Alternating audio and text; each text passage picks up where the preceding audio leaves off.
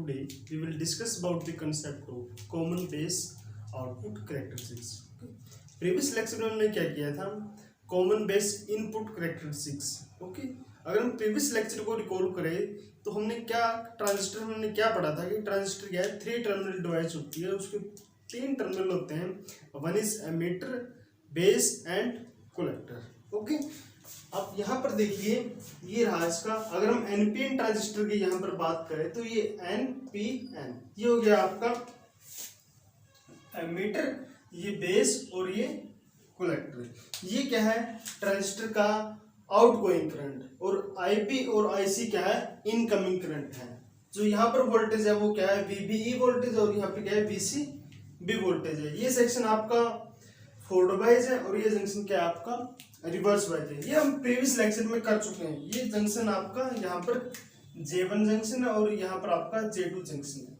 4 transistor operate in as a amplifier.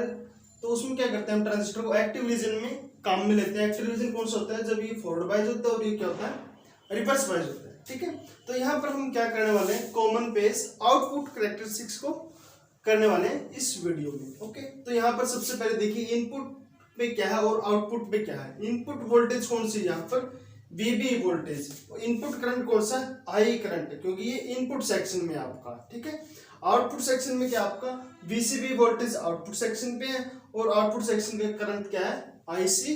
Okay, तो यहाँ पर इसकी डेफिनेशन की अगर हम बात करें तो it is graphical relation between output voltage and output current. किस किस के बीच में ग्राफिकल रिलेशनशिप होता है characteristics for common base output में.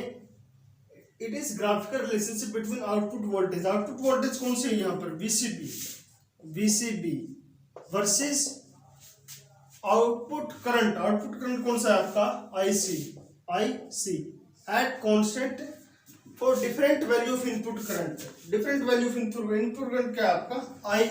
तो आई क्या रखेंगे हम यहाँ पर, कांस्टेंट रखेंगे.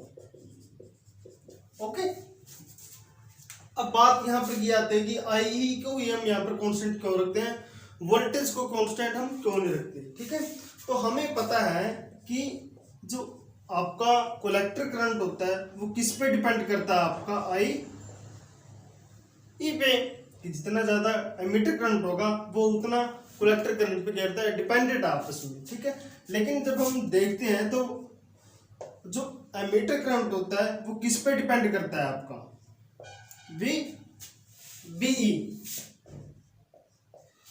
वीबीई वोल्टेज पे डिपेंड करता है. लेकिन इसके साथ साथ ये किस में भी डिपेंड करता है, वीसीबी.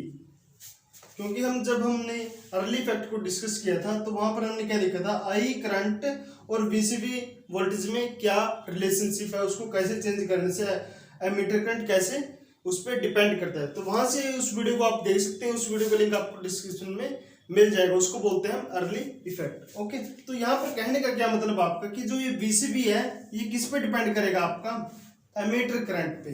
तो मोटी मोटी बात क्या है यहाँ पर, वीसीबी और आईसी का कनेक्शन किससे है, एमीटर करंट से है. आपस में क्या इनका एक रिलेशन है. तो यहाँ पर क्या करेंगे हम, एमीटर करंट को कांस्टेंट करेंगे. ओके, जब एमीटर करंट को कांस्टेंट करेंगे हम, एमीटर करंट को कांस्टेंट करके हम कलेक्टर करंट की क्या करेंगे और वीसीबी वोल्टेज को क्या करेंगे हम, एक ग्राफिकल रिप्रेजेंटेशन यहाँ पर ड्रॉ करेंगे. किसको कांस्टेंट करके, आई करंट को कांस्टेंट करके, या फिर इसको हम वेरी करेंगे. तो बीजेटी के एक नाम और होता है, क्योंकि हम यहाँ पर क्या है, करंट को वेरी करा रहे हैं, करंट को क्या है कंट्रोल कर रहे हैं, और उसकी वजह से क्या कर रहे हैं, यहाँ पर एक ग्राफिकल रिलेशन क्या करेंगे, ड्रॉ करेंगे. तो इसका एक नाम और होता है करंट कंट्रोल डिवाइस. क्या होता है इसका नाम है कि करंट कंट्रोल्ड डिवाइस. ओके, क्योंकि हम यहाँ पर क्या करते हैं, इसमें करंट को कंट्रोल करते हैं. ओके, अब हम बात करते हैं इसके ग्राफिकल रिप्रेजेंटेशन की. ये किस किस के बीच में होता है, यहाँ पर आपका आउटपुट करंट क्या आपका आई सी. ये क्या होता है आपका मिली एम्पियर में होता है. ओके, और यहाँ पर क्या होता है आपका आउटपुट वोल्टेज. वोल्टेज कौन सी आपकी, वीसीबी. बी सी, ये हो गई आपकी आउटपुट वोल्टेज। इसके बीच में हम क्या करते हैं, ग्राफिकल को रिप्रेजेंट करेंगे। सबसे पहले क्या करते हैं हम, मान लीजिए सबसे पहले हम क्या करते हैं, जो यहाँ पर करंट आपका आई ई, उसको क्या लेते हैं हम, जीरो जूम करते हैं, ठीक है। सबसे पहले हमने क्या किया, करंट को आई जो आपका करंट है यहाँ पर, वो क्या किया हमने, जीरो जूम किया है। अब इसका क्या मतलब है, जब हम यहाँ पर क्या करते हैं, आई करंट को जीरो करते हैं, हमें एक रिलेशनशिप पता है कि आई क्या होता है आपका, सॉरी आईसी क्या होता है आपका, आईसी क्या होता है, अल्फा आई प्लस आई सी बी ओ। ICBO क्या होता है आपका, रिवर्स सैचुरेशन करंट होता है, या फिर लीकेज करंट बोलते हैं इसको। सी का मतलब क्या होता है, आपके पास कलेक्टर होता है, ठीक है। बेस का मतलब क्या, बी का मतलब क्या होता है आपके पास, बेस होता है। और ओ का मतलब क्या होता है आपके पास, ओपन, मतलब थर्ड टर्मिनल क्या होगा आपके पास, ओपन होगा। अगर हम इसको ऐसे डिनोट करें, अगर हम प्रीवियस लेक्चर की बात करें तो हमने यहाँ पर उसको ऐसे बनाया था। अगर हम एनपीएन ट्रांजिस्टर की अगर बात करें तो यहाँ पर क्या था, ये बेस आपका, ये एमीटर और ये कलेक्टर, ओके। तो यहाँ पर क्या था आपका एमीटर करंट, ओके। और एमीटर करंट जो आपने जीरो रखा, तो यहाँ पर क्या होगा, एक करंट यहाँ पर फ्लो करेगा, ठीक है। नेगेटिव टू क्या होगा यहाँ पर, पॉजिटिव कनेक्ट, ये आपका क्या है, VCB, ओके। इस डायरेक्शन में जो करंट फ्लो करेगा वो क्या था आपका ICBO। यही आपका रिवर्स सैचुरेशन करंट। जब आपका एमीटर टर्मिनल क्या है, ओपन है, मतलब आई क्या आपका जीरो है। जब आई की वैल्यू आपकी जीरो हो गई तो इस रिलेशन में क्या होगा आपके पास, तो ये क्या आएगा आपके पास, IC इज इक्वल टू, आई की वैल्यू जीरो होगी, आई की वैल्यू जीरो होगी तो ये सारा टर्म क्या हो गया, जीरो हो गया, प्लस ICBO आपके पास एज इट इज आएगा, ठीक है। तो IC की वैल्यू क्या आएगी आपके पास, ICBO। किस केस में, जब आपका आई करंट क्या आपके पास जीरो है। जब आई करंट आपका जीरो आ गया यहाँ पर, उस केस में आपका कलेक्टर करंट क्या आएगा, ICBO। तो ICBO क्या होगा, रिवर्स सैचुरेशन करंट है, वो एक मैक्सिमम वैल्यू तक जा सकता है, ठीक है। तो उसको हम यहाँ पर कैसे ड्रॉ करेंगे, हम उसको यहाँ पर ऐसे draw, okay, for I is equal to zero. ये क्या आपका ICBO रिवर्स सैचुरेशन करंट है, जो क्या है एक पॉइंट पर जाएगी मैक्सिमम होगा, उससे ज्यादा ये रिवर्स सैचुरेशन करंट नहीं होगा, ये मैक्सिमम इसकी पीक वैल्यू है, ठीक है। अब हम क्या कर रहे हैं, यहाँ पर इसकी रिवर्स हमने यहाँ पर इसको दिखा दिया, ओके।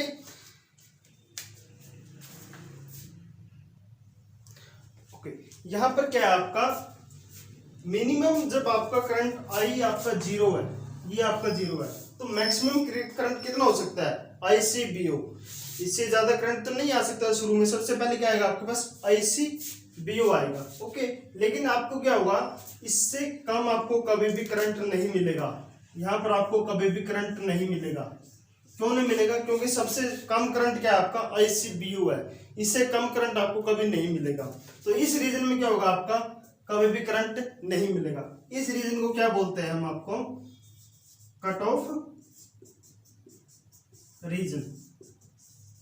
ऑफ रीजन, या फिर इसको हम बोलते हैं ऑफ स्विच। ट्रांजिस्टर इसमें क्या करेगा, ऐसे ऑफ स्विच की तरह क्या करेगा, ऑफ स्विच की तरह क्या करेगा, काम करेगा, ओके। तो अब हम आगे करते हैं, जब हम क्या करते हैं, आई जो की वैल्यू है उसका जब हम वेरी कराते हैं, ओके। आई की वैल्यू को हम क्या कर रहे हैं, यहाँ पर वेरी कर रहे हैं, इसको हम वैल्यू को इंक्रीज कर रहे हैं। तो आपकी वैल्यू क्या है यहाँ पर, IC क्या होता है, हम इसको यहाँ पर लिख रहे हैं, IC क्या होता है आपके पास, alpha IE plus ICBO, okay. यहां से क्या होगा, ये अल्फा की वैल्यू हमें पता है, ये क्या होता है 0.952 क्या होता है 0.98 के रेंज में वेरी करता है, ओके। लेकिन क्या होता है, IE की वैल्यू मच ग्रेटर देन होती है, किससे होती है, ICBO से, क्योंकि ये क्या है रिवर्स सैचुरेशन करंट है, और जो कि क्या होता है एक माइक्रो एम्पियर में इसको हम मेजर करते हैं, ओके। इसको हम माइक्रो एम्पीयर में मेजर कर रहे हैं, और आई करंट को किस में हम मेजर करते हैं, मिली एम्पीयर में। आई करंट आईसीबीओ करंट से क्या है, बहुत ज्यादा है, ठीक है। तो ये क्या हो गया, आईसी और आईसी ये क्या हुआ है, अप्रोक्सीमेटली क्या होता है, इक्वल होते हैं। अप्रोक्सीमेटली क्या होता है, आईसी आई के बराबर होता है। ओके, अब इसको यहाँ देखते हैं, जैसे जैसे हम आई करंट को इंक्रीज करेंगे, सिमिलरली आपको कलेक्टर करंट भी इंक्रीज करेगा। अगर मैं यहाँ पर बात करूँ, अगर यहाँ पर इसकी वैल्यू ये 10 एम्पीयर है, ये 20 मिली एम्पीयर है, मिली एम्पीयर में सॉरी, ये 30 मिली एम्पीयर है, और ये क्या है 40 मिली एम्पीयर है। ओके, जैसे जैसे करंट की वैल्यू, मान लीजिए करंट की वैल्यू यहाँ पर हमने क्या लिखी, 20 मिली एम्पीयर रखी। ओके, आई की वैल्यू 20 मिली एम्पीयर रखे, तो कलेक्टर करंट भी कितना होगा आपका, 20 मिली एम्पीयर होगा। लेकिन ये क्या है सॉरी, ये इक्वल नहीं है, ये क्या है आपका अप्रोक्सीमेटली इक्वल है, अप्रोक्सीमेटली है। तो इसकी वैल्यू कभी भी 20 मिली एम्पीयर एग्जैक्ट नहीं होगी।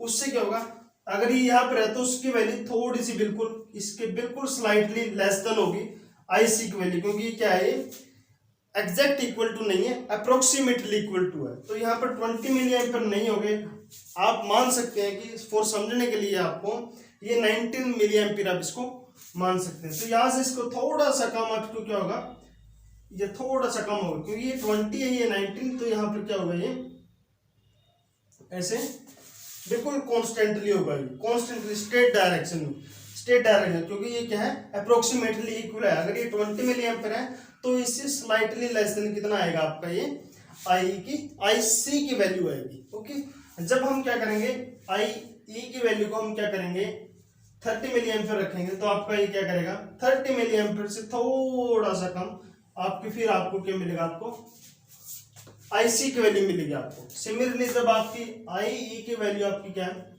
40 मिली एम्पीयर है, ये मिली एम्पीयर साथ में चलेगा इसके। ओके, तो यहां पर भी क्या होगा इसका, ये बिल्कुल क्या होगा एग्जैक्ट स्ट्रेट लाइन में आएगा।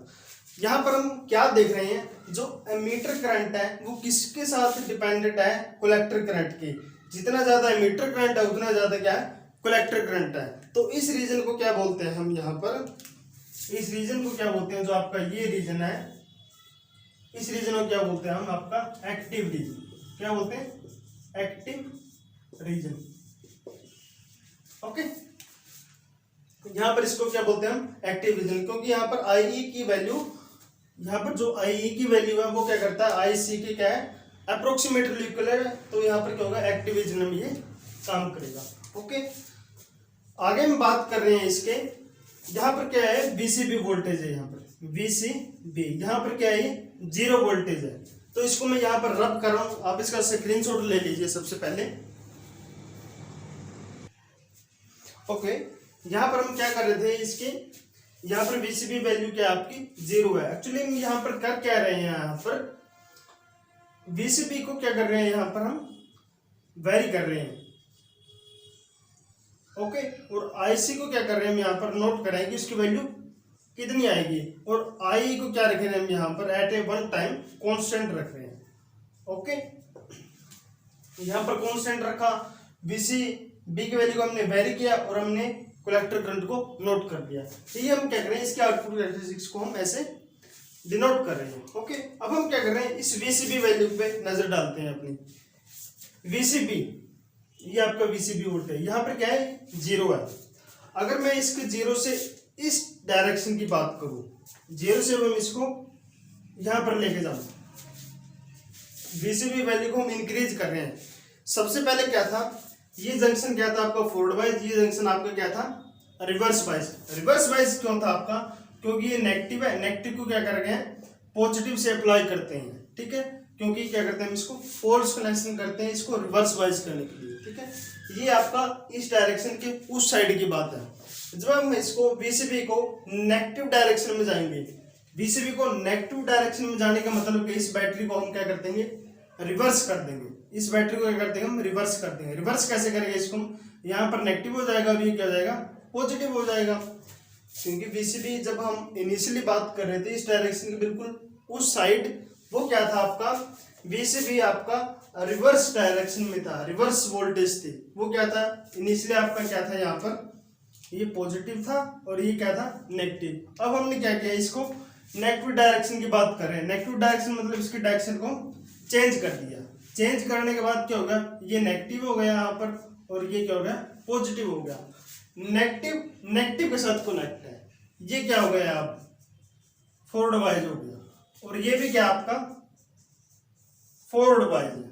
ओके, जब दोनों जंक्शन आपके फॉरवर्ड वाइज हो गए तो एक्चुअली होगा क्या है, यहाँ पर जब बीसीबी को हम यहाँ पर फॉरवर्ड वाइज कर देंगे, जो यहाँ पर इलेक्ट्रॉन यहाँ पर कलेक्टर रीजन की तरफ आ रहे थे, यहाँ पर नेगेटिव होने की वजह से वो क्या करेंगे, यहाँ पर इसको रिपेल करेंगे। जब इसको रिपेल करेंगे तो यहाँ पर कोई भी करंट आपका फॉर्म नहीं होगा। इसका मतलब क्या है, जब आपका कोई भी करंट फॉर्म नहीं होगा तो एक्चुअली रिजल्ट क्या निकलेगा आपके पास, जब हम इसको नेगेटिव में लेके जाएंगे तो आपका करंट क्या होगा, यहाँ पर जीरो हो जाएगा इंस्टेंटली, क्योंकि यहाँ पर हमने क्या करते हैं, इसको फॉरवर्ड बायस करते हैं, यहाँ पर नेगेटिव अप्लाई करते हैं। जो यहाँ पर इलेक्ट्रॉन यहाँ पर आ रहे थे वो इस नेगेटिव के बच्चे क्या हो गए, रिपेल हो गए, ये जंक्शन से क्रॉस नहीं करेंगे तो आपको आईसी करंट आपके पास जीरो मिलेगा।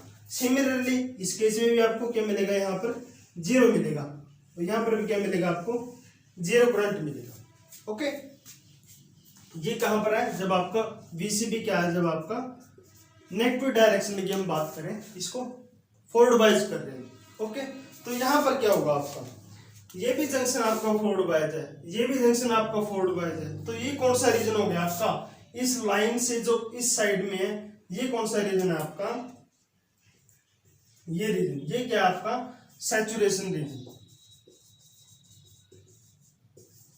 सैचुरेशन रीजन, या फिर हम इसको बोल सकते हैं कि ये क्या करेगा, ऑन स्विच की तरह क्या करेगा, काम करेगा, ये ऑन स्विच की तरह क्या करेगा, ये काम करेगा। ओके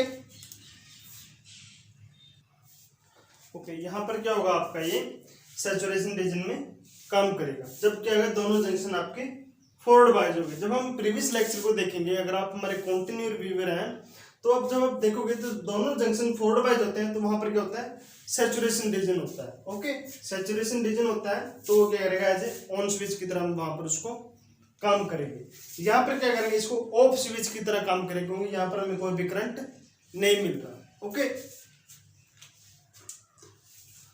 तो अब हम देखते हैं कि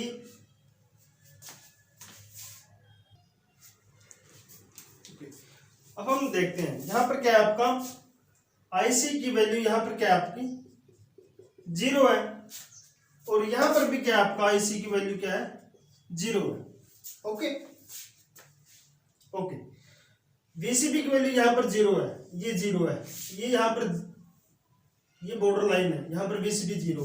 अगर वीसीबी जीरो से मैं इस साइड जाऊं वो क्या होगा, सैचुरेशन रीजन। अगर वीसीबी उस साइड जाऊं मैं तो वो क्या होगा आपका, एक्टिव रीजन। तो वीसीबी क्या होगा आपका, VCB is equal to zero. ये क्या होगा आपका, border line, border line for saturation region, saturation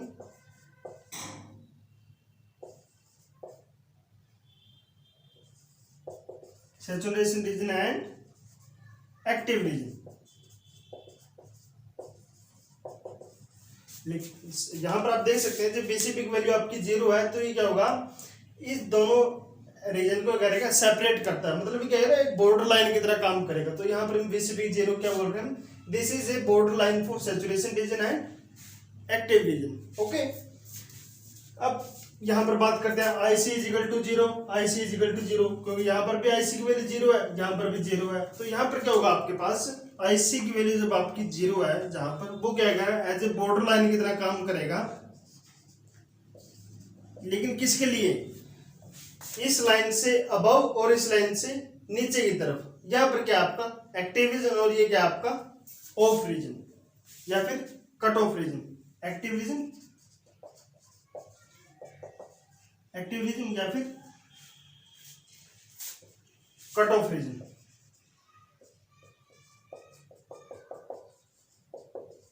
okay, ये क्या करेगा, बॉर्डर लाइन की तरह काम करेगा। Okay, this is all about the concept of common base output characteristics. अगर आपको हमारी वीडियो अच्छी लगी है तो प्लीज़ वीडियो को लाइक शेयर और सब्सक्राइब जरूर करना और अपने फ्रेंड में शेयर जरूर करना। ओके।